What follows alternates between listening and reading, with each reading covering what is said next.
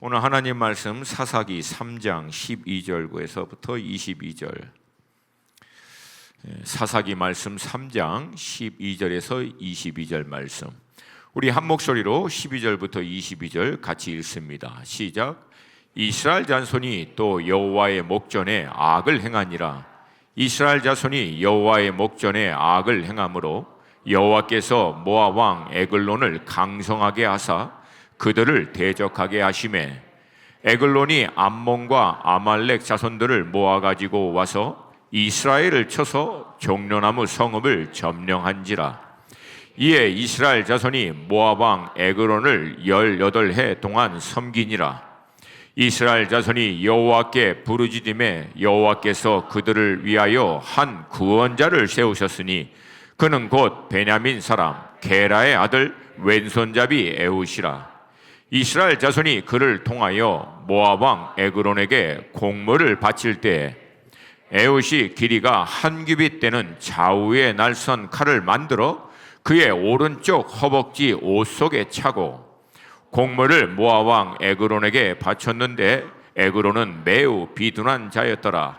에훗이 공물 바친 후에 공물을 메고 온 자들을 보내고 자기는 길갈 근처 돌 뜨는 곳에서부터 돌아와서 이르되 왕이여 내가 은밀한 일을 왕에게 아뢰려 하나이다 하니 왕이 명령하여 조용히 하라 하매 모셔선 자들이 다 물러간지라. 에훗이 그에게 들어가니 왕은 서늘한 다락방에 홀로 앉아 있는 중이라.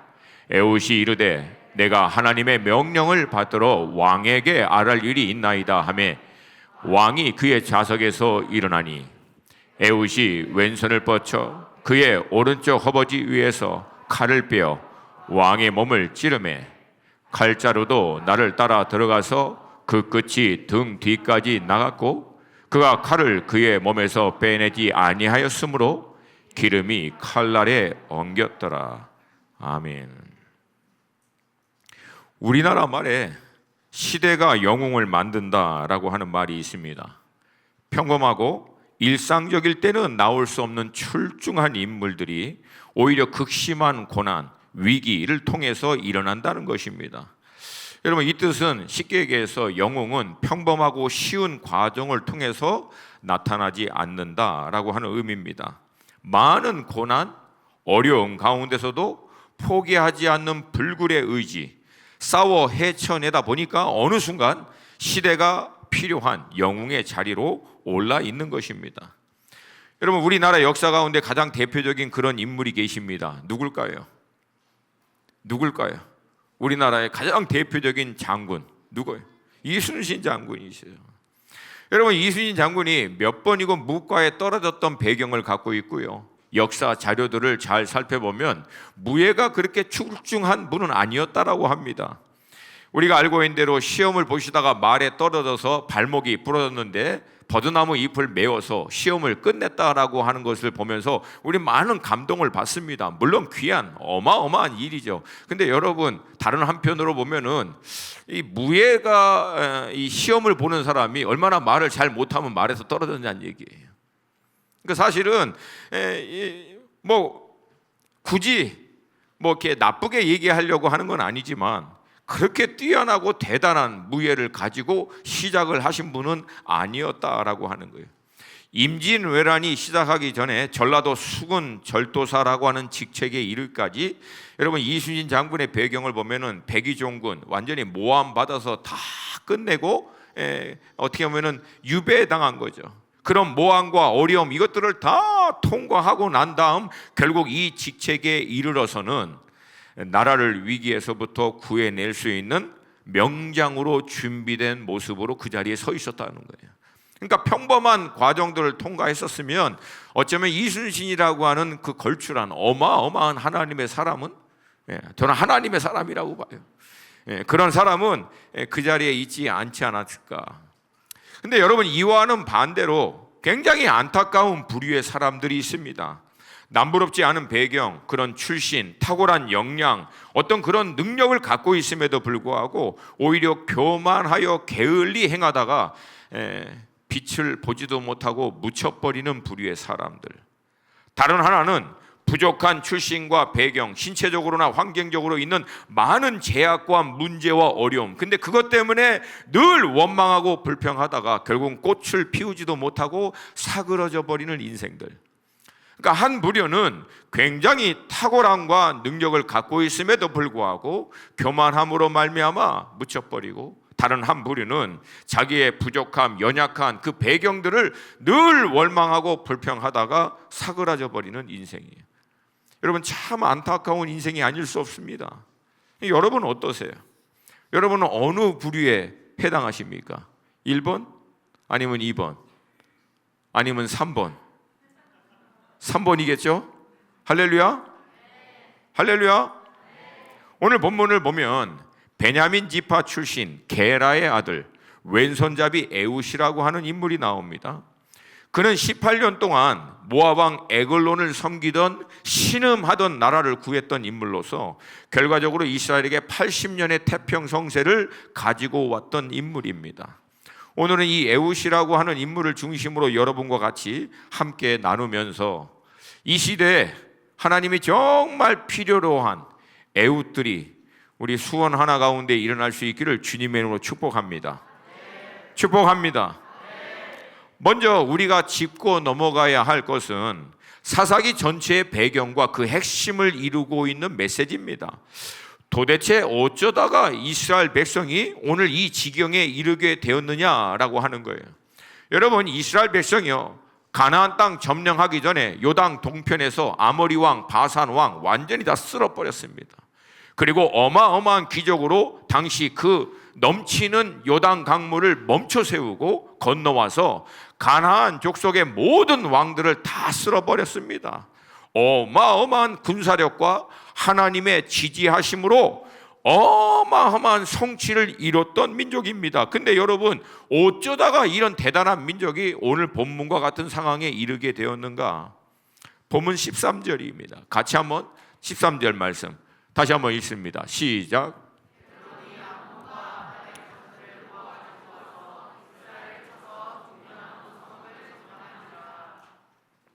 그러니까 결국 이 배경을 보면은요, 에그론의 모압 왕, 암몬 왕, 그리고 아말렉이라고 하고 있는 에돔의 남방 지역에 살고 있는 이들이 이 3개국이 연합을 해서 이스라엘을 쳐버린 거예요.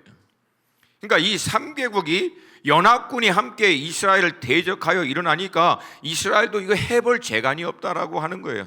그러면 어떻게 해서 이런 일이 일어났는가? 원래 이 3개국들이 그렇게 서로 친하게 연합군을 형성했는가? 전혀 그렇지 않아요. 원래 그런 배경에 있었던 사람들이 아닙니다. 근데 어떻게 해서 이런 일들이 일어나게 됐는가? 12절이 얘기하고 있습니다. 12절 함께 읽습니다. 시작. 이스라엘 자손이 또 여호와의 목전에 악을 행하니라.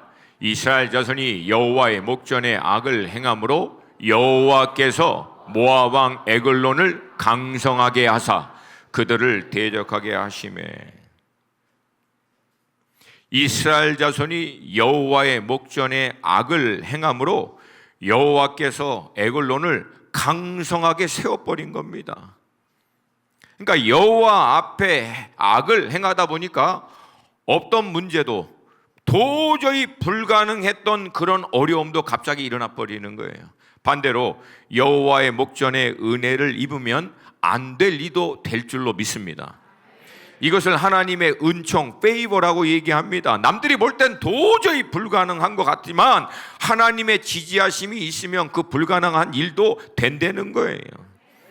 믿음의 조상 아브라함이 가나안 땅에 들어가서 야훼 하나님의 인도하심을 쫓아 살다가 보니까 그 가나안 족속 가운데 가장 강력했던 왕 아비멜렉이 그의 군대 장관 비골과 함께 아브라함을 찾아옵니다. 그리고 아브라함에게 요청해요. 우리와 언약을 맺자, 맹세하자. 함께 읽습니다. 창세기 21장 22절과 23절 시작.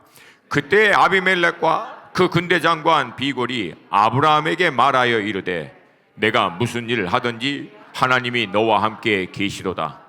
그런즉 너는 나와 내 아들과 내 손자에게 거짓되이 행하지 아니하기를 이제 여기서 하나님을 가리켜 내게 맹세하라. 내가 내게 후대한 대로 너도 나와 내가 머무는 이 땅에 행할 것이니라. 그러니까 사랑하는 여러분, 성경을 보면 그래서 이게 되는 인생이 있고 안 되는 인생이 있습니다. 그리고 그 기준은 딱 하나예요. 물론 이게 하나님 없이도 잘 되는 인생은 이미 이제 우리하고는 상관이 없으니까, 일단은 여러분, 하나님 없이 잘 되는 인생은 마지막은 결국 심판과 멸망입니다. 우리는 감사하게도 그 카테고리 안에는 들어있지 않은 줄로 믿습니다. 믿습니다. 자, 그러면 믿는 자녀들을 놓을 때 여호와의 목전에서 악을 행하면 뭘 해도 안 되는 인생이 돼버리고요, 반대로 여호와의 목전에서 온전히 행하면 뭘 해도 되는 인생이 된다라고 하는 거예요. 안타깝게도 이스라엘은 안 되는 인생의 길로 들어갑니까? 안 되는 길로 들어가 버린 거예요. 이유가 뭡니까? 어마어마한 군사력을 가지고 하나님의 든든한 지원을 받아서 파죽지세로 어마어마한 성취를 통하여 정착하여 잘 먹고 잘 살다가 배부르고 따뜻하다 보니까 결국은 어떻게 돼요? 하나님 없이도 된다라고 착각하고 있는 거예요. 하나님 없이도. 그리고 결국은 하나님을 떠나버린 거예요. 근데 문제는 이 일이 그냥 하루 한 번, 두 번 잠시 있다가 사라진 것이 아니라 지속적으로 이스라엘 백성들 가운데 나타납니다. 오늘 본문의 앞에 있는 운니엘에서부터 본문의 에훗 이후에 수많은 사사가 300년 이상 동안 계속해서 이 문제가 반복적으로 일어나는데, 핵심적인 것은 근본적인 문제는 영원히 해결되지 않습니다. 그러니까 여러분, 사사기 전체를 읽어보면요, 공통적으로 나타나는 특징이 딱 하나 나와요. 이스라엘 백성들이 당장 직면한 문제와 위기, 어려움이 있으면 그거 해결해달라고 하나님께 부르짖습니다. 근데 문제는 왜 그 문제와 위기와 어려움이 일어나게 됐는지까지는 들어가질 못하는 거예요.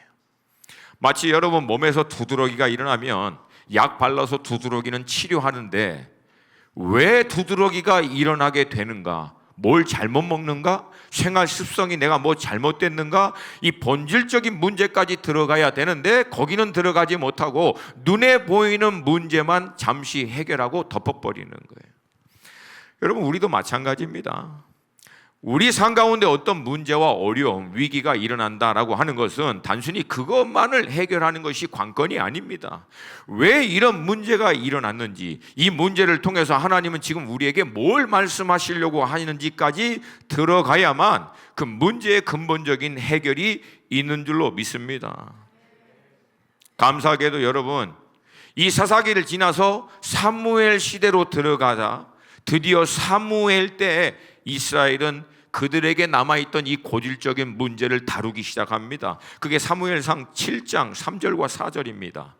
같이 읽습니다. 시작. 사무엘이 이스라엘 온 족속에게 말하여 이르되 만일 너희가 전심으로 여호와께 도려오거든 이방 신들과 아스다롯을 너희 중에서 제거하고 너의 마음을 여호와께로 향하여 그만 섬기라. 그리하면 너희를 블레셋 사람의 손에서 건져내시리라.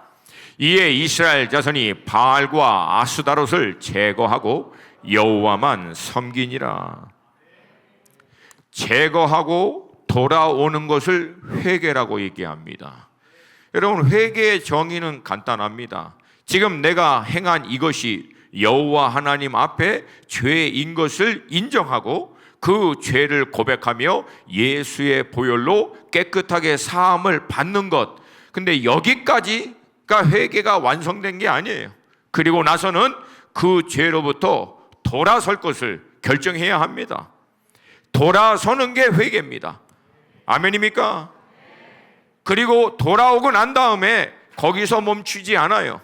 그 다음 구절입니다. 15절에서부터 17절 함께 읽습니다. 시작. 사무엘이 사는 날 동안에 이스라엘을 다스렸을 때 해마다 베델과 길갈과 미스바를 순회하여 그 모든 곳에서 이스라엘을 다스렸고 라마로 돌아왔으니 이는 거기에 자기의 집이 있음이니라.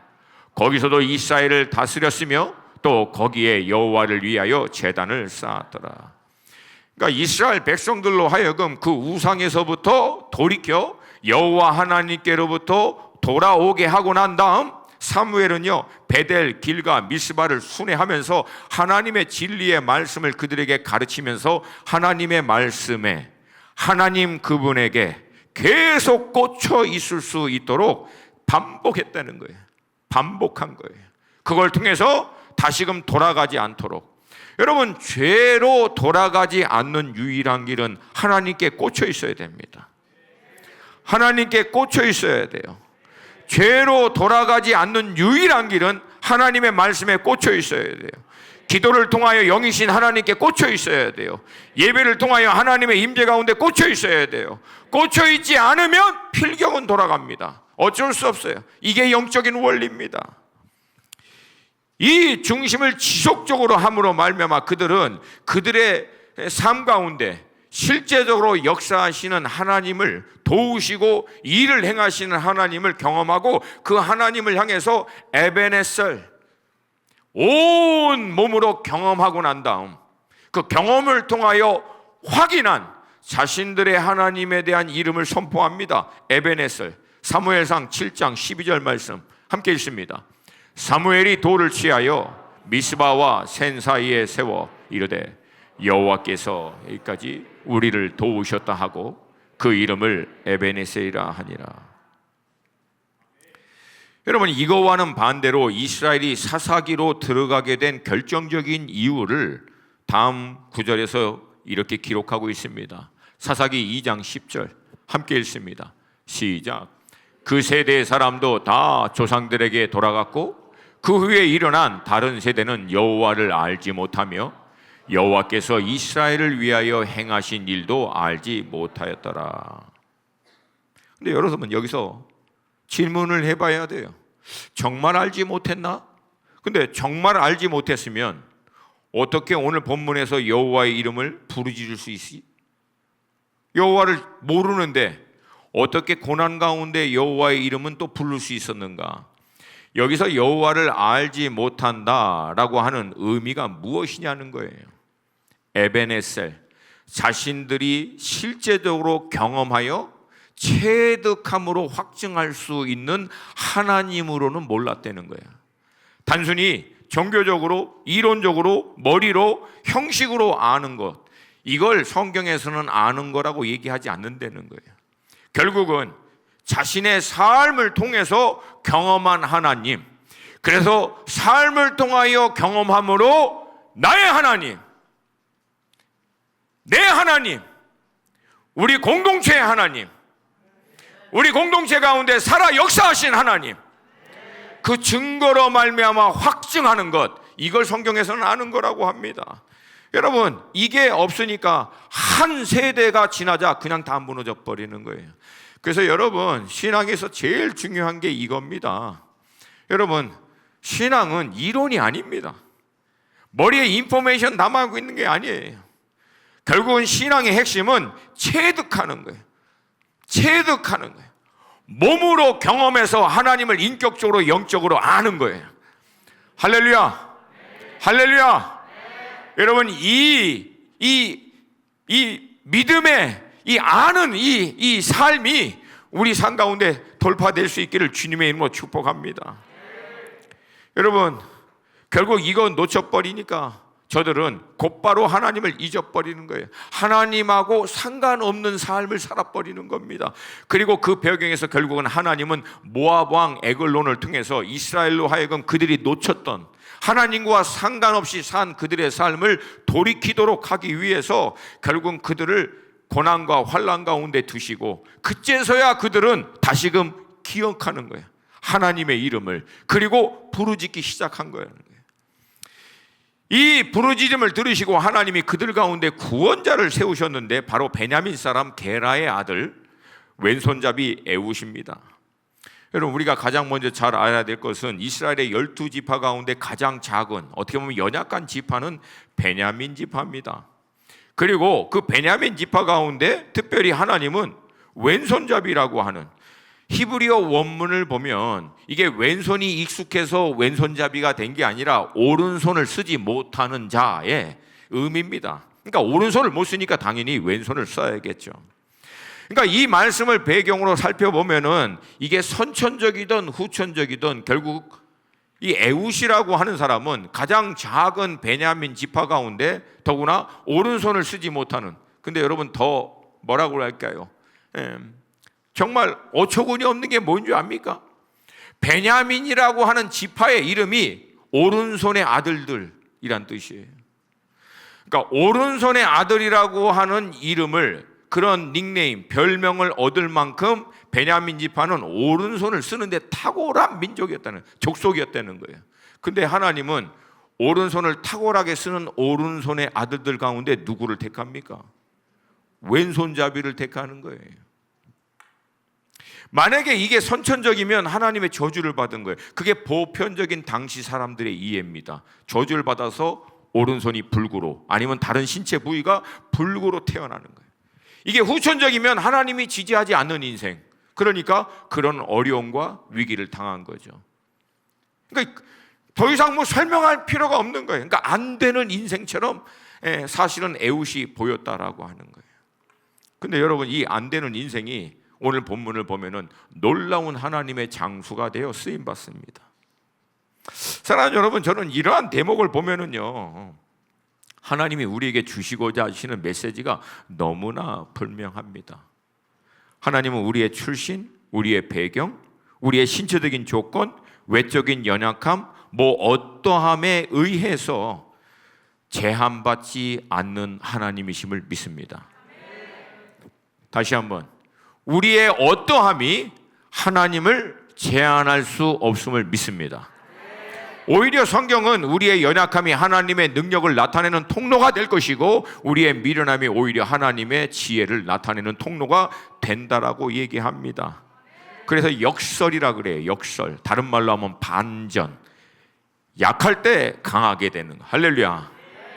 미련한 듯 하나 지혜로운 자가 되고요, 약한 듯 하나 강력한 하나님의 통로로 쓰임받게 되는 거예요. 여러분, 예수님의 12 제자만 보더라도 그분들 보면 우리 안에 소망과 위로가 막 일어나잖아요.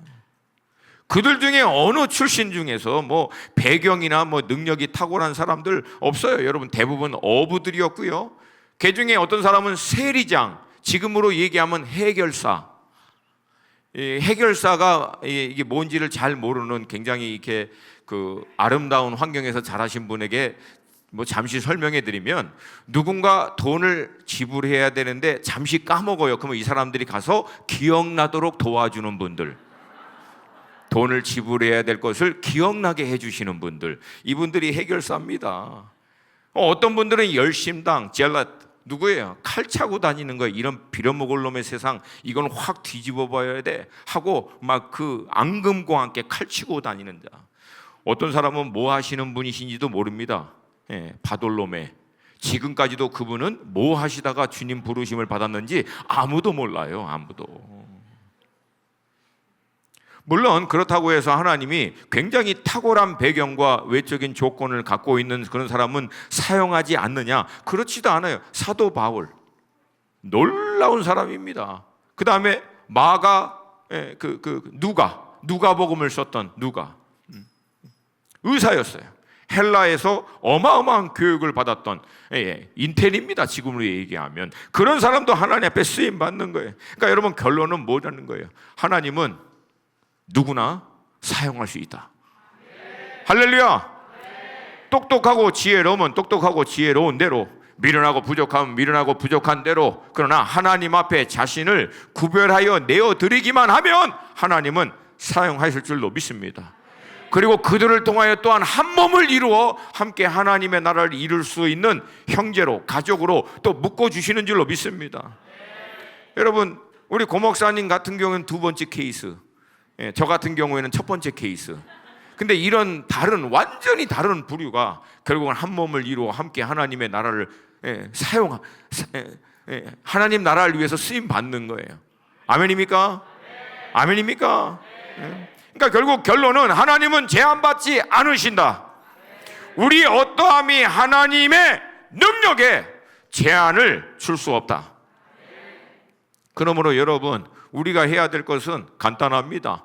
우리 자신을 하나님께 내어드리는 거예요. 마음껏 빚으시고 하나님 기쁘신 뜻 가운데 나를 사용하여 주시옵소서.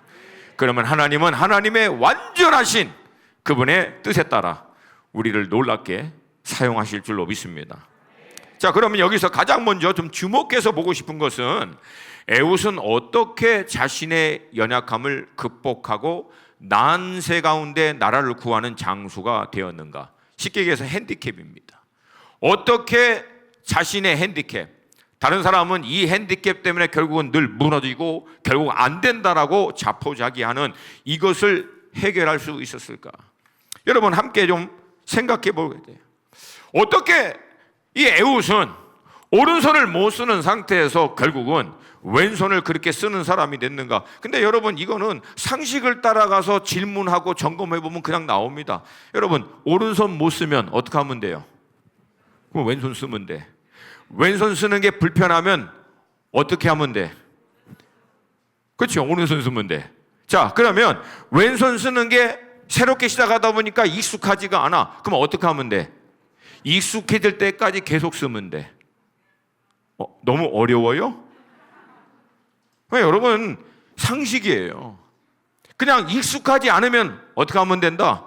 익숙할 때까지 쓰는 거예요. 아멘입니까? 익숙하게 써서 나름대로 잘 하는데도 불구하고 사람들이 아직 인정해 주지 않고 아직 하나님이 나를 부르시지 않는다. 그러면 어떻게 하면 됩니까? 부를 때까지 준비하고 있으면 돼. 인정해 줄 때까지 준비하면 돼. 근데 성경적인 원리는 뭡니까? 준비되면 반드시 하나님의 때가 준비된 인생들에게는 온다는 거예요.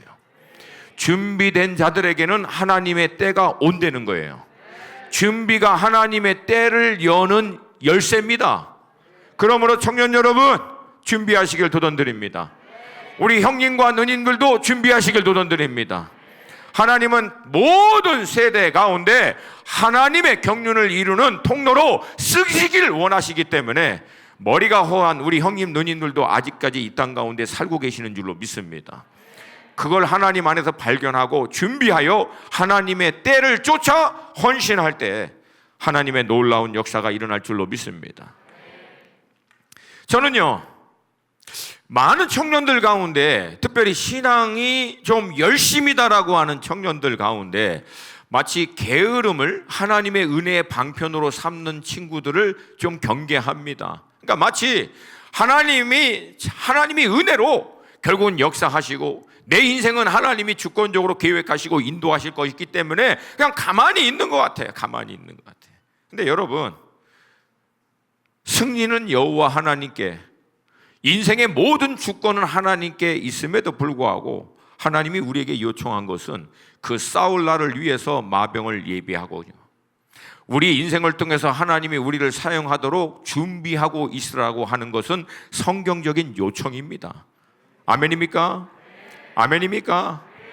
그러므로 하나님이 우리에게 허락하신 하루하루 값지게 소중하게 준비하시기를 주님의 이름으로 축복합니다.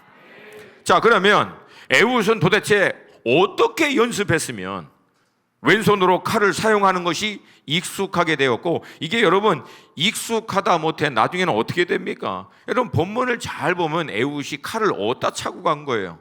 오른쪽 허벅지 속 안에 겉에 차고 간 게 아니에요. 그러면 여러분 상식을 동원해서 생각해 보세요.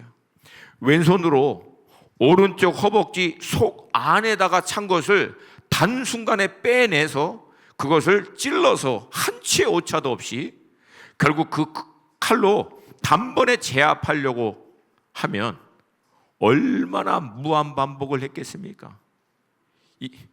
집에 가서 한번 해보세요. 거울 보면서. 제가 이거 말씀 준비하다가 해봤어요. 쉽지 않습니다. 이거 절대 쉽지 않아요. 얼마나 많은 시행착오를 거쳐가면서 이거를 무한반복하면서 연습했겠습니까? 대단한 사람입니다. 여러분, 근데 중요한 것은 이 무한반복이 사실은 영성입니다. 그리고 이 무한반복이 결국은 실력입니다. 여러분 영적인 원리에서만 여러분에게 얘기하지 않습니다. 한 분야에서 탁월함을 잃은 사람들의 공통적인 고백은 무한반복입니다. 무한반복. 몸에 완전히 배어 있을 때까지. 이거 얼마나 많이 해봤겠어요. 막 뭘 세워놓고.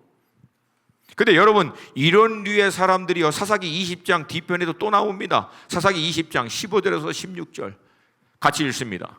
시작.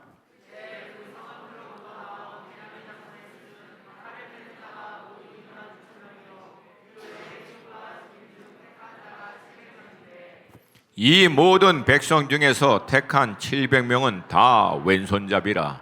물매로 돌을 던지면 조금도 틀림이 없는 자들이더라. 그냥 두세요. 여러분, 남자들은 이런 대목에서 막 심장이 막 뛰죠. 던지면 조금도 틀림이 없는 자들이었더라. 와. 근데 여러분, 700명이 다 뭐예요? 왼손잡이. 여기서 얘기하는 왼손잡이가 에웃을 얘기하는 왼손잡이하고 히브리 언어로 보면은 동일합니다. 그러니까 오른손을 못 쓰게 된 사람들이에요. 뭐 당연하죠. 통계상으로 볼 때 어떻게 왼손잡이가 700명이 한꺼번에 나오겠습니까? 사사기 배경을 보면은 이스라엘 백성들은 늘 주변에 있는 이방 민족과 전쟁을 오랫동안 치루옵니다. 그러니까 결국은 전쟁이든 아니면 간접적인 사고든 어떤 경로를 통해서든 더 이상 오른손을 못 썼던 사람들이 700명. 근데 그 700명이 전부 다 어떤 사람이에요? 물매를 던지면 한치의 빗나감이 없을 만큼 연망한 사람들 700명. 할렐루야. 할렐루야. 여러분, 이 어마어마한 사람들이 처음에는 어떻게 시작했을까요? 전쟁 나가서 싸우다가 팔 잘려버린 거야. 아니면 손목 나갔던가, 아니면 치명적인 부상으로 인해서 더 이상 오른손을 쓰지 못했을 때 얼마나 여러분 좌절이 있겠습니까? 마음에 상심이 있겠어요. 근데 그거 놓고 포기한 게 아니라 그러면 뭘 본 거야? 왼손 본 거야. 그러면 왼손으로 하면 되지. 얼마나 익숙하지 않았겠어요. 근데 그 왼손이 익숙해서 나중에는 한치의 틀림도 없이 정확하게 물맷돌을 그 타겟에 맞출 수 있을 때까지 무한반복한 700명의 정예군사입니다. 이들은 무슨 말인지 아시죠? 칼은 적을 앞에 두고 싸우는 사람이지만 물매를 던지는 사람은 원거리에서 몰려오는 적을 향해서 정확하게 맞히는, 지금으로 얘기하면은 뭐예요? 화살과 같은, 아니면 포탄을 쏘는 것 같은 원리를 하는 사람들입니다. 그 700명이 한 번 던지면서 쓸고 지나간 다음에 칼찬 사람들이 전쟁을 치르는 거예요. 여러분, 그러면 이 사람들이 역할이 얼마나 중요했겠어요? 그렇게 될 때까지 이 700명이 모여서 그거 연습한 거예요. 그거 때가 올 때까지. 할렐루야. 우리 수원하나교회 가운데 이 700명이 일어날 수 있기를 축복합니다. 축복합니다. 다시 얘기합니다. 그러므로 자기 자신을 제한하지 마세요. 오히려 나의 약점, 나의 상처, 나의 실패, 나의 핸디캡, 여기에 갇혀 있지 마시고 오히려 이것을 믿음으로 돌파하셔서 하나님이 쓰실 수 있는 하나님의 사람으로 준비할 수 있기를 주님의 이름으로 축복합니다. 저는요, 믿고 있는 게 한 가지가 뭐냐면, 우리 자신이 우리 스스로를 제한하지만 않으면 하나님은 우리를 통해서 하나님의 일들을 넉넉히 감당할 수 있다라고 하는 거예요. 나의 어떠함에 의해서 스스로 자신을 제한하지만 않으면 하나님은 우리를 통하여 하나님의 수준의 일들을 넉넉히 감당하게 낼 줄로 믿습니다. 여러분, 제가 최근에 만난 귀한 지체인데 구체적으로 얘기하면 이게 뭐 금방 알 수 있는 사람이기 때문에 제가 그건 좀 생략할게요. 이분이 국제법을 전공으로 한 국제 변호사입니다. 변호사예요. 근데 여러분, 이분이 난독증을 갖고 있는 사람이에요. 여러분, 난독증이 뭔지 아십니까? 독해 능력, 언어 이해 능력이 안 되는 사람이에요. 그러니까 이런 분들이 제일 약한 것은 본문을 주고 본문의 주제를 적으시오. 읽었는데 몰라, 주제가. 이해가 안 가니까 해독 능력이 떨어지는 사람이에요. 그러면 여러분, 법은 더 어렵거든요. 법은. 저도 이제 비즈니스 공부할 때 비즈니스로 상법 공부했는데 거의 순교할 뻔했어요. 뭔 말인지 하나도 모르겠어, 한 말이에요. 그냥 무식하게 애워버렸어. 그래갖고 애워서 끝냈어. 하여튼 어찌됐든 난독증 갖고 있는 사람이 어떻게 국제법을 이해합니까 이거를. 그래서 여러분 이 사람이 어떻게 했냐면 기도하면서 문제가 한번 시험 볼 때 20개 문제가 이상 나온대요. 근데 자기는 고를 정한 거래. 문제 하나 두 개를 완전히 이해할 때까지 그 문제만 계속 무한반복으로 읽었대. 근데 어느 날 드디어 문제가 이해가 되더래. 드디어 20개 문제 중에서 문제 하나가 이해가 되더래. 답을 쓴 것도 아니고 이해가 되더래. 그래서 그때부터 다시금 천천히 계속해서 연습한 거예요. 마지막에 이제 이 시험을 패스하지 못하면 떨어지는 건데 마지막 시험 때 결국은 이 변호사 시험에 붙어서 지금은 변호사예요. 할렐루야. 할렐루야. 여러분 어떠한 제안도 우리를 통해서 하나님이 하시고자 하신 일을 막을 수 없음을 믿습니다. 여러분 잘 들으셔야 돼요. 나만 나를 제한할 수 있습니다. 하나님도 우리를 제한하지 않고요. 사실 사단도 우리를 제한하지 못해요. 제한하도록 미혹하고 낙담과 좌절을 통해서 역사할 뿐이지 직접적으로 사단이 우리를 제한하여 막지는 못합니다. 그래서 가끔가다 사단도 억울해해. 자기 스스로 포기해놓고 자기가 했다고 막 덮어 씌우니까.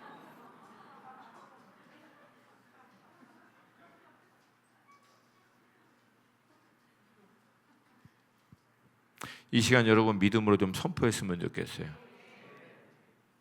나는 나 자신을 제한하지 않을 것입니다. 여러분 이거 하셔야 돼요. 다시 한번 큰 소리로 아멘. 저 보시고 벌써 눈을 막 이런 사람은 벌써 제한할 걸 막 저를 보시고 다시 한번 담대하게 아멘. 나는 나 자신을 제한하지 않을 것입니다. 아멘. 아멘. 여러분 제가 주님 깊게 만나고 이제 사역에 헌신하기 위해서 막 뜨거운 청년일 때 25에 주님 만나고 26, 27 그때 열심히 막 한참 하고 이제 그러다가 이제 일본을 갔는데 그렇게 할 때 제 주변에 전도사님하고 사역자들 몇 분 계셨는데 서울대 물리대를 졸업하고 메릴랜드 대학교 물리학 박사과정을 하시는 분인데 제가 알고 있는 유명한 신학대학원을 1년 반 만에 끝내버린 분이에요. 그러니까 여러분 이 얘기가 뭔 말인지 잘 모르죠. 그 학교가 세워진 이래로 1년 반에 학위를 끝낸 사람은 이분이 넘버원이야. 첫 번째예요. 근데 이분이 그걸 하면서 사역을 하면서 그걸 끝낸 거야. 그리고 비즈니스 하나를 또 돌려가면서 끝낸 거예요. 별로 이렇게 반응이 없네요. 그러니까 제가 그러한 분 몇 부류의 사람들을 옆에 보면서 나도 사역을 할까 막 헌신할까 하다가 제가 겸손하게 내려놨어요. 왜냐하면은 그분들을 보니까 뭐 이게 어마어마하게 똑똑한 거예요. 너무 탁월하고 제가 그분들 밑에서 성경 공부를 배우는데 막 여기서 그냥 힘이 나는 거야. 그리고 내린 결론이 사역자는 저런 분들이 하는 거구나. 나 같은 사람은 안 되겠구나. 제가 그렇게 겸손하게 결정을 한 거예요. 그리고 그냥 서원했으니까 일본 선교 끝내고 돌아와서 나는 그냥 돈을 벌어야지. 그러다가 일본에서 주님이 저를 강권적으로 만나시면서 부른 거예요. 여러분 그렇게 부름을 받고 결단한 순간 제가 갖고 있었던 고민이 뭡니까? 난 무식한데 신앙의 연줄도 짧은데 우리 집안 배경을 보면은 완전히 영적으로는 다 뭐예요? 영적으로는 우리는 흑수저.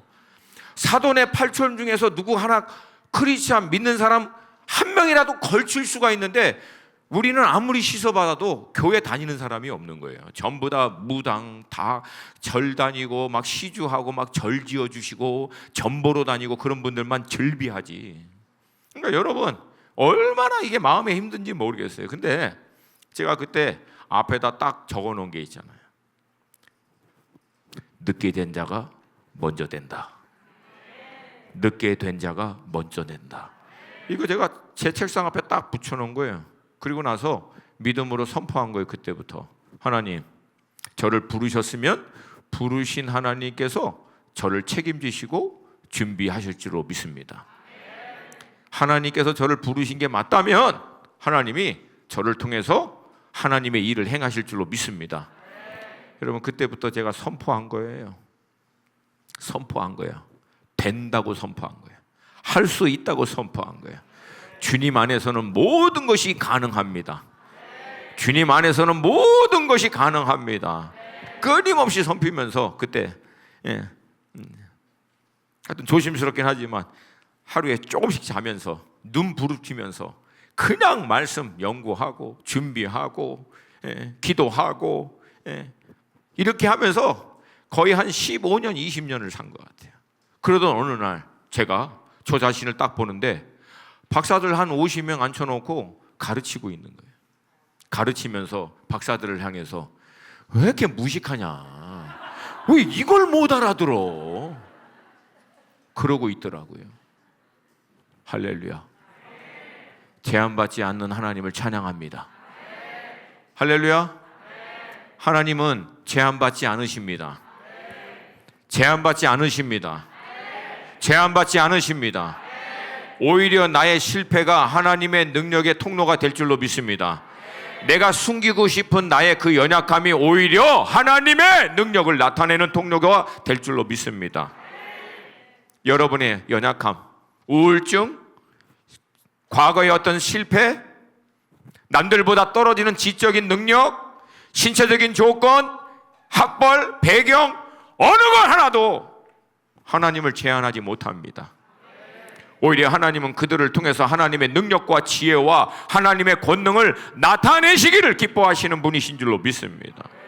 다시 한번 믿음으로 선포합니다. 나는 나 자신을 제한하지 아니할 것을 선포합니다. 할렐루야.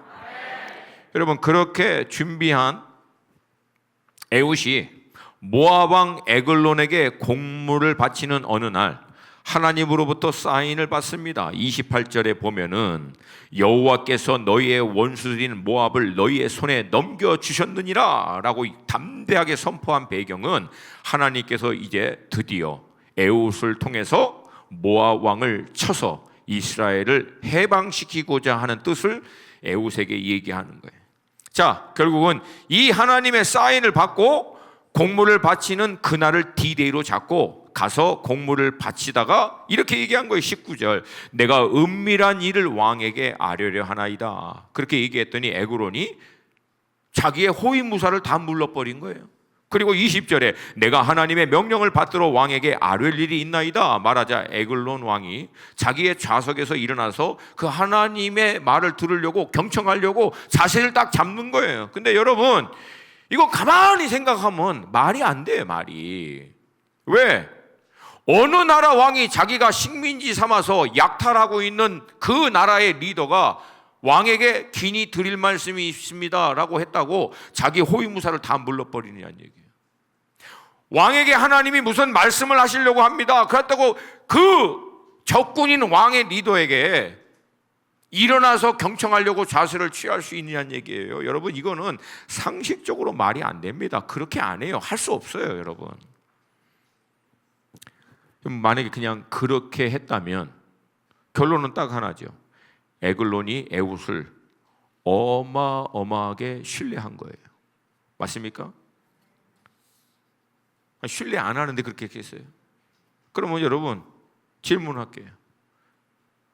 에훗이 에글론이 자기를 신뢰할 수 있도록 하기 위해서 어떻게 했을 거라고 생각합니까? 잠시 방황할 때 옛날에 봤던 드라마나 영화의 장면을 떠올리면서 알죠? 적군의 마음을 얻기 위해서 그 주인공이 온갖 수모, 수치, 모멸, 멸시, 학대 다 감당해내면서 끝까지 버틴 거예요. 왜? 하나님이 자기를 그 시대 가운데 세우신 목적을 이루고자 하는 그거 하나 때문에. 그 멸시, 그거 다 될 때까지 여러분, 그 와중에 에웃은 뭐 했는 줄 알아요? 16절. 저는 이런 대목이 너무 멋있어요. 16절 같이 읽습니다. 시작. 에웃이 길이가 한 규빗 되는 좌우에 날선 칼을 만들어 그의 오른쪽 허벅지에 오차고 사고. 에글론 앞에서 그 모멸, 멸시, 학대, 천대, 하여튼 말로 표현할 수 없는 모든 것 다 감수해내면서 그의 마음을 얻으려고 헐리우드 액션, 간이라도 거의 내줄 것 같은 액션 취하고 돌아와서는 뭐합니까? 칼을 가는 거예요. 칼을. 여러분 장면이 그려집니까? 칼을 가는 거야. 막 눈물 흘리고 이를 악물고 어금니 깨물면서 칼을 가는 거야. 칼을. 하나님의 D-Day 사인이 올 때까지 칼을. 그리고 어떻게 해? 무한 반복하면서 연습했겠지. 오른쪽 허벅지에서부터 빼가지고 무한 반복. 가서 수치와 모멸, 돌아와서는 칼을 갈면서. 여러분 그려져요? 에웃의 인생의 목표는 딱 하나였습니다. 하나님이 자기를 그 시대 가운데 부르신 그 부르심의 소명을 이루는 일에 자기의 모든 것을 거기에 맞춰버린 거예요. 자존심, 자기의 어떠함, 이거마저도 다 녹여서 거기에 올인해버린 거예요. 여러분 이 시대에 필요한 사람은 이런 사람이에요. 이런 사람. 여기서 우리가 에웃에서 볼 수 있는 두 가지가 뭡니까? 첫 번째, 그 시대를 경영하시는 하나님께서 자신을 불러 세운 소명, 이것을 발견하고 이 부르심에 맞춰 살고 있느냐. 특별히 우리 청년들, 주님 안에서 이 시대를 경영하시고 나라와 민족을 통치하시는 하나님이 여러분 인생을 향한 어떤 경영의 계획을 갖고 계시는지를 주님 안에서 발견하세요. 발견하세요. 발견하세요. 그리고 그 부르심을 이룰 수 있도록 지금부터 칼을 가세요. 칼을 가십시오. 다윗이 물맷돌로 연습하고 준비하듯이 여러분에게 주어진 상황과 환경 안에서 하나님이 부르신 소명을 하나님의 때에 부르실 것을 믿음으로 바라보고 어떤 수모와 어떤 천대와 멸시, 어려움, 난관, 위험이 있든지 간에 끝까지 믿음으로 칼을 갈면서 준비하는 거예요. 그러면 준비가 됐던 때 결국 하나님은 반드시 하나님의 때를 열어줄 줄로 믿습니다. 시대를 경영하시는 하나님이 우리 인생도 경영하시는 줄로 믿습니다. 구체적이고 세밀하게 우리의 머리카락 하나도 다 세신 바 된 만큼 우리를 향한 하나님의 계획은 세밀하고 구체적인 것일로 믿습니다. 주님 안에서 이거 발견하는 거예요. 그리고 모든 내 삶의 아젠다를 이 하나님의 소명에 맞추는 거예요. 재정도, 시간도, 나의 마음도, 열정도, 내 인생 전체를 하나님의 부르심, 고 목사님의 표현으로 얘기하면 데스티니, 여기에 모든 걸 맞춰버리는 거예요. 그거 이루기 위한 준비 외에는 다른 시간을 안 쓰는 거예요. 오래전에 미국이 오사마 빈 라덴을 잡을 때 결국 여러분 관건이 뭔지 압니까? 미국이 어마어마한 무기와 첨단 장비를 갖고 있으면 뭐합니까?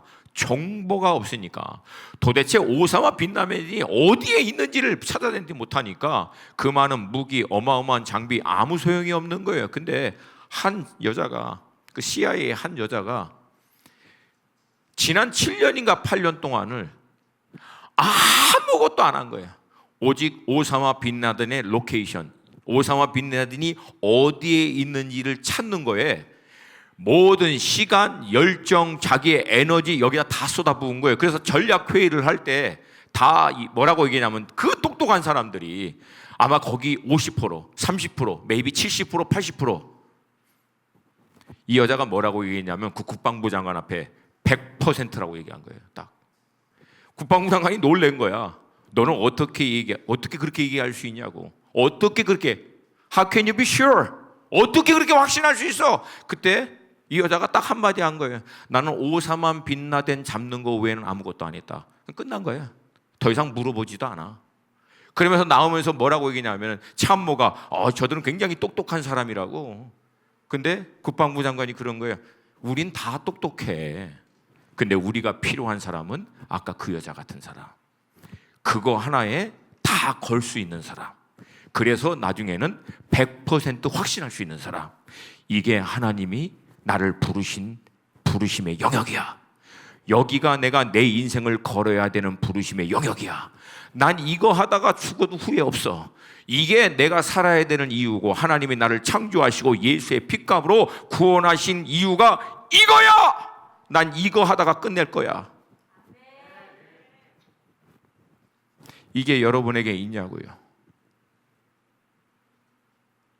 이게 있냐고요.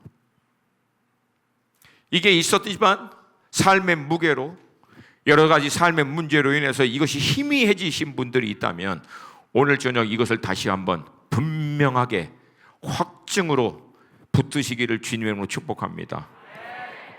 청년들, 여러분 가운데 아직 이게 분명하지 않다면 여러분 오늘 이 저녁에는 이 하나님의 데스티니, 이 소명을 확증받는 밤이 되기를 도전드립니다. 여러분 안에 그것이 분명한데 과연 이것을 온전히 이룰 수 있도록 내가 준비되었는가 확신이 없다면 오늘 결단하기를 원합니다. 하나님, 내 인생 전체가 이 부르심에 온전히 aligned, 여기에 맞춰지게 하여 주시옵소서. 이거 위에 살게 하여 주시옵소서. 이거 위에 죽게 하여 주시옵소서. 나의 모든 시간, 재정, 모든 게 오직 이거 위하여 살게 하여 주시옵소서. 여러분 이렇게 하다 보면은 뭐가 생기냐면 확신이 생겨요. 확신이. 세상 어느 누구가 뭐라고 얘기해도 내 안에 하나님께로부터 오는 분명한 확신이 마치 어마어마한 바위덩어리 같이 심장 한복판에 딱 박혀 있는 거예요. This is it. 이거야. 나 이것 때문에 살아. 나 이것 때문에 하다가 죽을 거야. 여러분 제 안에 심장에 박혀 있는 확신은 뭘까요? 청년들 꼬셔서 훈련해서 열방으로 보내는 거. 난 이거 외에는 관심이 없어. 근데 그 일을 위해서 장년들이 중보기도를 해야 돼. 왜? 청년들이 어르신들의 믿음의 선배들의 기도와 후원을 먹고 자라는 거기 때문에 그거 위해서 또 장년들도 훈련시키는 거예요. 킹덤 마인드를 갖고 중보의 영을 가지고 영적인 전쟁을 청년들 가는 길 앞에 먼저 가서 기도로 다 돌파해내서 청년들이 새벽 이슬과 같이 즐거이 헌신하는 패스메이커, 길을 만드는 자들로 나아갈 수 있도록 하기 위해서. 이거 위해서 비행기 타고요, 이거 위해서 돈 씁니다. 제가 다른 건 아껴도 이거는 안 아낍니다. 다른 건 아껴도 여기에는 몰빵하는 거예요. 왜? 이게 내가 살아야 되고 이게 내가 존재하는 모든 이유이기 때문에 그래요. 할렐루야. 할렐루야. 지금까지 있었던 비행기 표값만 해도 비행기 한 대 산다고 얘기할 정도로 타고 다니는 거예요. 왜? 이걸 아깝지 않은 거예요. 한 명, 거기에서 한 명이라면 찾아가는 거예요. 그 한 명 때문에. 이번에도 또 뉴저지 가서 그 몇 명 안 되거든 사실은 청년들. 근데 그들을 세우려고 가는 거예요. 거기 중보자들 세우기 위해서 가는 거예요. 왜? 이게 내가 살아야 될 이유이기 때문에. 할렐루야. 오늘 이 저녁 이게 우리 가운데 확증되는 밤이 되기를 도전드립니다. 능력과 지혜와 권세와 기름 부으심은 그게 하나님께로부터 확증되어 내가 뜻을 딱 정할 때 부어지는 거예요. 그때 부어지는 거예요. 그때 부어집니다. 할렐루야. 여러분 이 돌파가 우리 가운데 있기를 축복합니다. 또한 에웃은 동시에 이스라엘 공동체 전체에게 신임을 얻은 자입니다. 여러분 이 부분을 우리가 정말 주목해서 봐야 해요. 이스라엘이 모압 왕 에글론에게 공물을 바칠 때요, 에웃을 통하여 그 일을 수행하도록 리더로 세웁니다. 에웃이 에글론 왕을 치고 돌아와서 이스라엘 전체 백성들을 소집하고 나팔을 불 때 이스라엘 백성들이 산지에서 내려와 그를 따릅니다. 27절 28절 함께 읽습니다. 시작.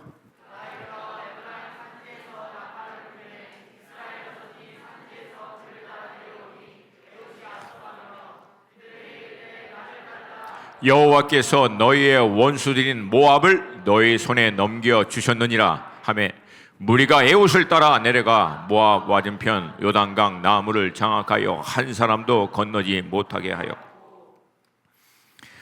여러분, 도대체 어떻게 했길래 그 많은 지파 가운데 베냐민 지파 출신 오른손의 아들이라고 하는 베냐민의 이름하고는 무색할 정도로 왼손잡이를 이스라엘 전체 백성이 리더로 삼았는가?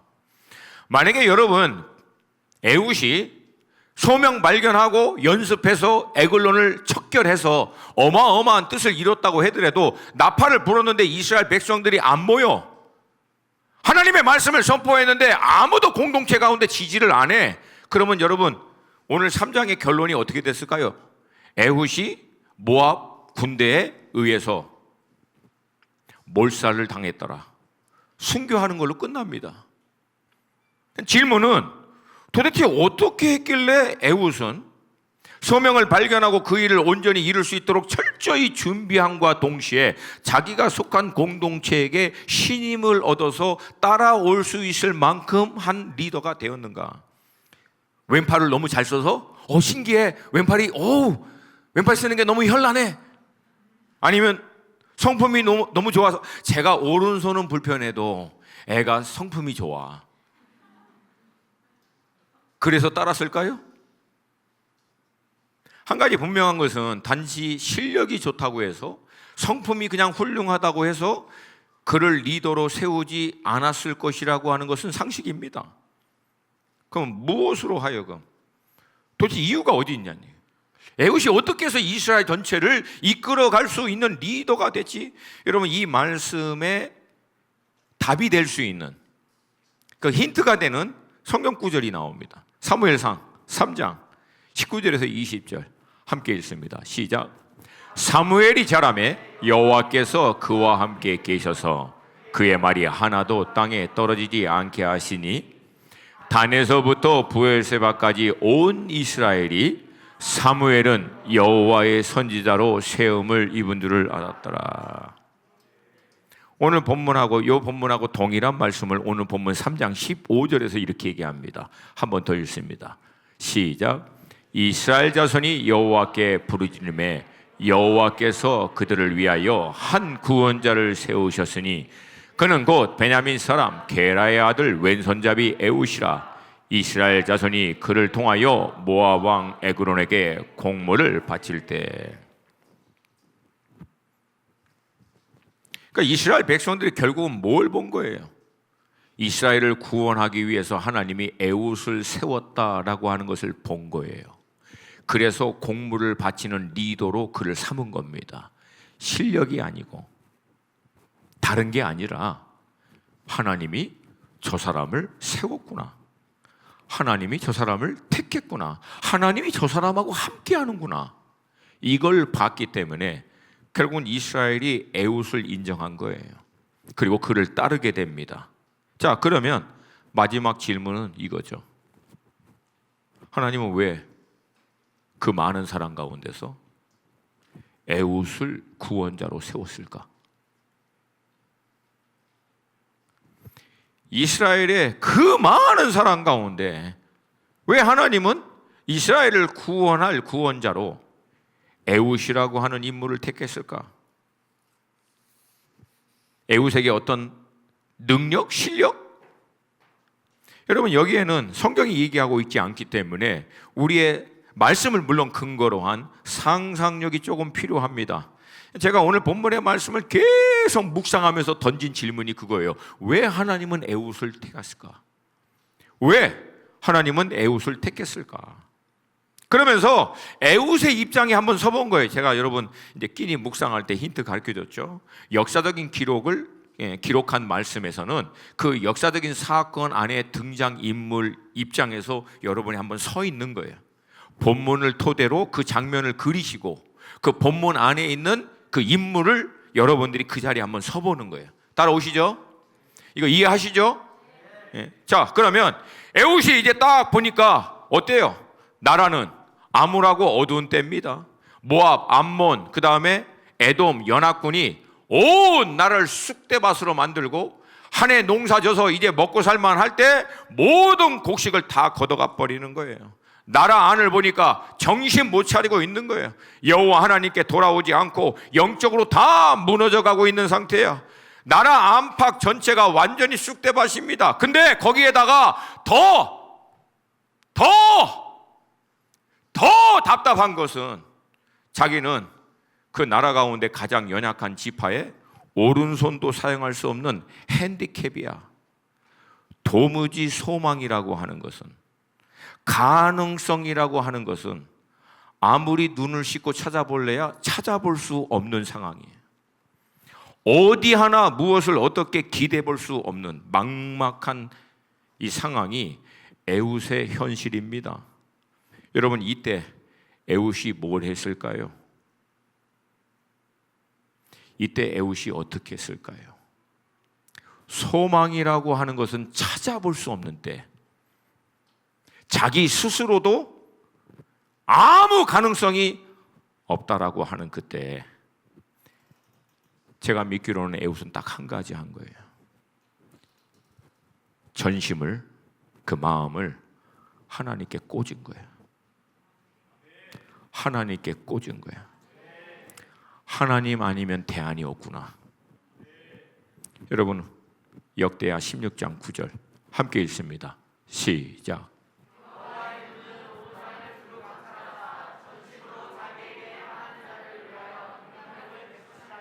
다시 한번 큰 목소리로 시작. 여호와의 눈은 온 땅을 두루 감찰하사 전심으로 자기에게 향하는 자들을 위하여 능력을. 하나님의 눈은 땅을 감찰하십니다. 그리고 누구에게 딱 멈추고 주목하느냐? 전심이 하나님께 꽂혀 있는 자들. 꽂혀 있는 자들. 근데 아이러니컬하게 이들이 왜 하나님께 자신의 전심을 꽂힐 수밖에 없는가? 다른 대안이 없기 때문에. 다른 소망이 없기 때문에. 아무리 둘러보고 자기를 봐도 가능성 제로. 그래서 하나님께 꽂아버린 거예요. 할렐루야.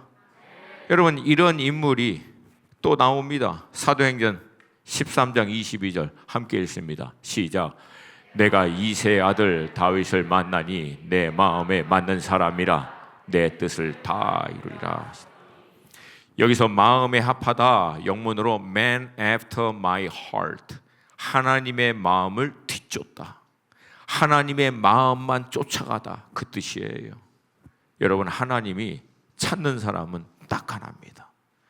전심으로 하나님의 마음에 꽂는 사람, 하나님의 마음을 쫓아가는 사람, 여러분, 그들을 하나님은 주목하시고 그들에게 마음을 그렇게 하나님께 꽂을 때부터 본격적으로 제한 없는 하나님의 일들을 시작할 줄로 믿습니다.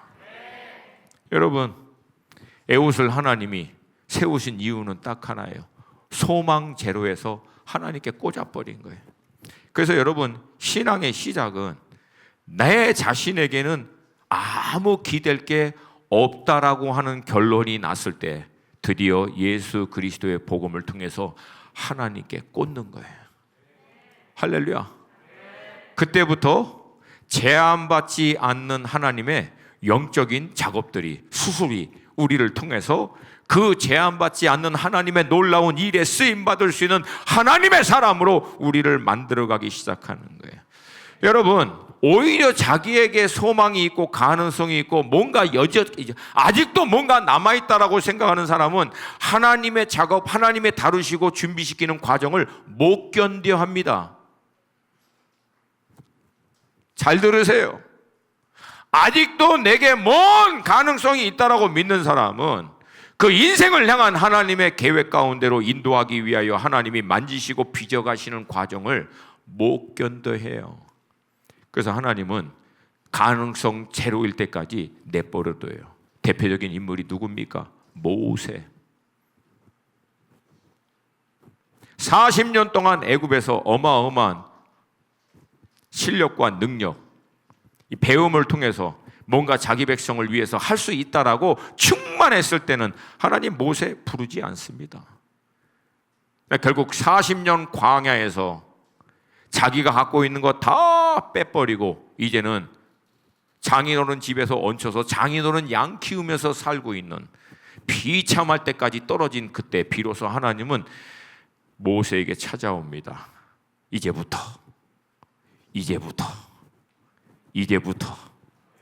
할렐루야, 할렐루야. 여러분, 우리가 뭘 그렇게 대단한 걸 갖고 있다고, 뭘 우리가 그냥 뭐가 있다고. 여러분, 그러니까 없는 건 차라리 없으니까 그냥 하나님께 드려버리는 거예요. 다 내 인생을 드려버리는 거예요. 올인해서 드려버리는 거예요. 그리고 하나님, 당신의 것으로 나를 새롭게 시작하여 주시옵소서. 할렐루야. 여러분, 하나님은 이 사람들을 지금도 찾는 줄로 믿습니다. 전심을 하나님께 꽂는 자들, 여러분, 그 전심을 통해서 하나님은 제한 없이 하나님의 일들을 이 시대 가운데도 이루어 가시는 줄로 믿습니다. 우리 찬양팀 좀 앞에 나오시고, 여러분 괜찮으시면 다 함께 자리에서 좀 일어났으면 좋겠습니다.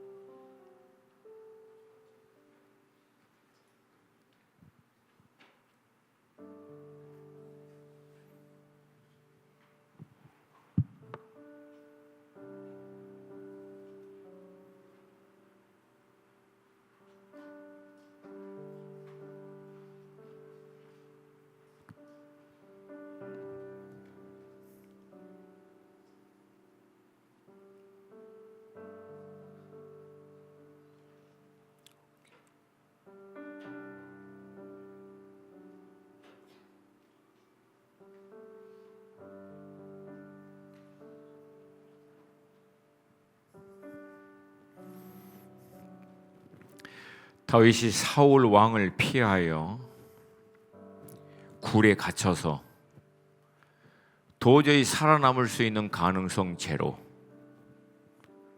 자기 자신을 볼 때 뭐 가능성 제로, 이제 내 인생 사울에 의해서 결국 끝나게 되는구나 라고 하는 그때,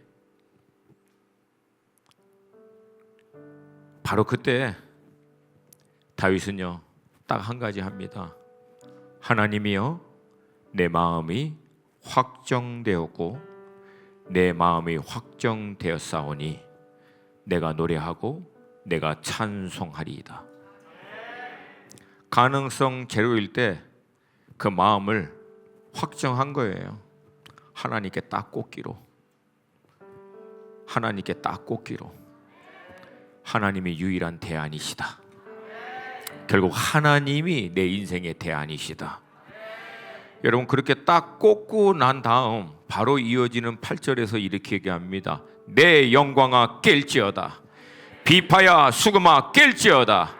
내가 새벽을 깨우리로다. 주여, 내가 만민 중에서 주께 감사하며 문 나라 중에서 주를 찬송하리이다. 그게 딱 꽂히니까 다윗의 눈이 열린 거예요. 무릇 주의 인자는 커서 하늘에 미치고 주의 진리는 궁창에 일어나이다. 하나님이여, 주는 하늘 위에 높이 들리시며 주의 영광이 온 세계 위에 높아지기를 원하나이다. 사울에 의해서 굴에 숨어서 이제 끝났구나라고 하는 그때 자기 마음을 하나님께 딱 확정시키고 나니까 영적인 돌파가 거기서 일어난 거예요. 그래서 그 다음에는 뭐라고 합니까? 살려달라고 도와달라고 그 차원이 아니에요. 다른 차원으로 들어가는 거예요. 다른 차원으로. 나중에는 어느 차원까지 모든 하늘 위에 열방 가운데 주의 영광이 있다라고 믿음으로 선포하는 차원에까지 들어가는 거예요. 이게 여러분 하나님께 마음을 꽂는 자들이 하나님의 마음이 그 인생 가운데 부어질 때, 우리가 우리의 마음을 하나님께 꽂을 때, 하나님의 마음이 그 심령 가운데 부어질 때, 그 인생 스스로는 도저히 상상도 생각도 할 수 없는 영적인 시프트가, 영적인 반등이 거기서 일어납니다. 거기서 일어나요. 그리고 그 안에서 인생을 향한 하나님의 부르심의 소명을 확증받고 자기의 삶의 모든 이슈를 이 소명을 이루는 데 쏟아붓는 거예요. 그리고 자기 시대에 하나님의 경영에 동참하여 하나님의 뜻을 이루는 삶을 끝내고 하나님께로 돌아가는 거예요. 하나님, 우리 수원 하나교회 가운데 이런 믿음의 장수들이 일어나게 하여 주시옵소서. 자기의 핸디캡, 연약함, 배경, 문제, 어려움 이것 때문에 계속 스스로 자기를 가둬버리고 제한할 그런 인생들이 없게 하여 주시옵시고, 사실은 정말 보잘것없는 그것 때문에 교만하여 하나님께 전심을 꽂지 못하는 어리석은 인생도 되지 말게 하여 주시옵시고, 한번 사는 우리 인생 하나님께 꽂게 하여 주시옵소서. 창조주 하나님을 위해 살다가 창조주 하나님께 돌아가는 인생 되게 하여 주시옵소서. 영원한 것을 위해 살다가 땅에 있는 것들로부터 자유할 수 있는 인생 되게 하여 주시옵소서. 내 영혼아 깨어날지어다. 내 영혼아 깨어날지어다. 내 마음이 하나님께 확정되었습니다. 확정되었습니다. 확정되었습니다. 비파야 스그마 깨어날지어다. 하나님을 찬송할지어다. 이 시간 주님 앞에 우리의 마음을 온전히 꽂기로 결단하기를 원합니다.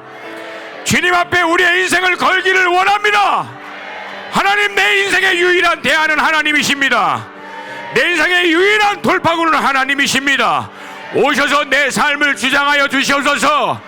완전하신 하나님의 뜻을 계획하여 주시옵소서. 내 마음을 확정하기를 원합니다. 성령님, 이 시간 역사하여 주시옵소서. 주님의 이름 한번 부르고 기도합니다. 주여